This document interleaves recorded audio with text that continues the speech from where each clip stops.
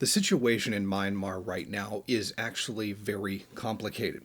What has definitely taken place is a military coup. The president and many of the top party members have been arrested. Aung San Suu Kyi, the country's de facto leader, and President Win Myint and other senior members have been from the National League for Democracy have been detained in the capital Naypyidaw on Monday.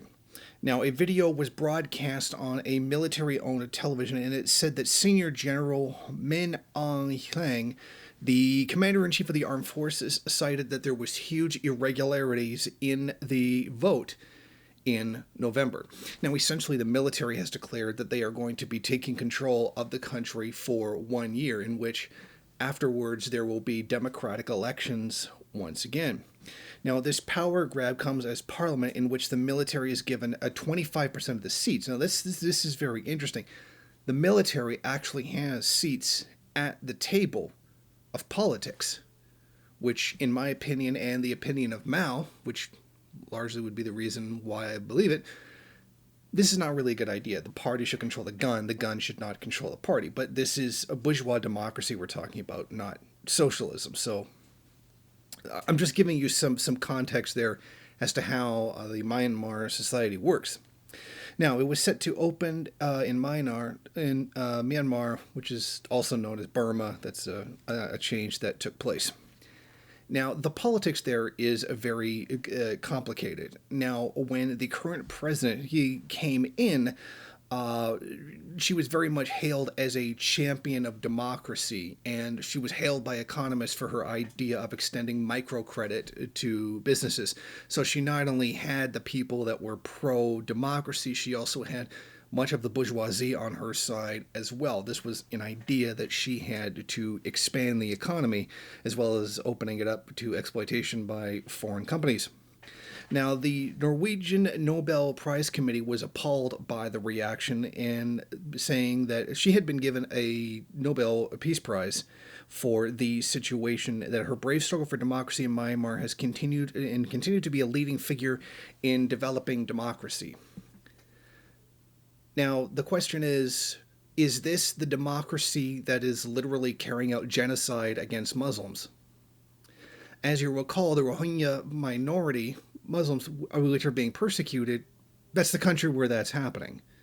And in a country where the military is carrying out a literal genocide against Muslims, it's kind of hard to claim that you're a champion of freedom and democracy.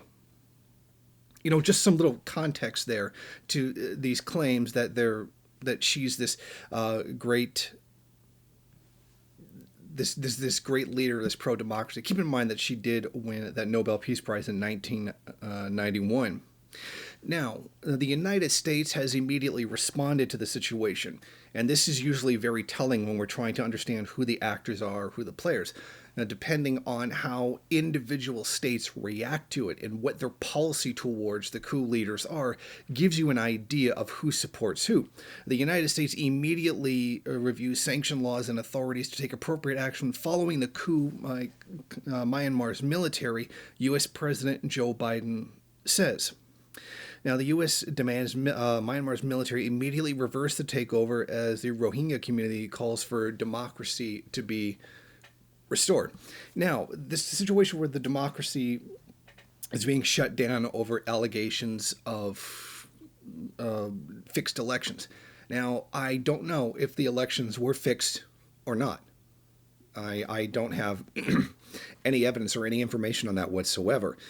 But the fact that the United States wants the military coup to stop seems to suggest to me that the current president, which is now under arrest, has been a U.S. ally for some time. Now, I've heard a lot of rumors that the military, or at least the political section of the military, the one that has 25% of the seats, are actually pro-China.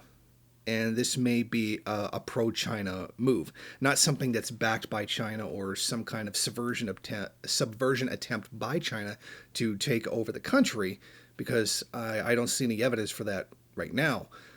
But it seems at least that from what I've been hearing, which I cannot 100% verify, it seems that the military takeover is a pro-China one and is also anti-US at the same time, which would explain why the US government is very much against the military coup. They must perceive their interests as being threatened in order to be against it like this.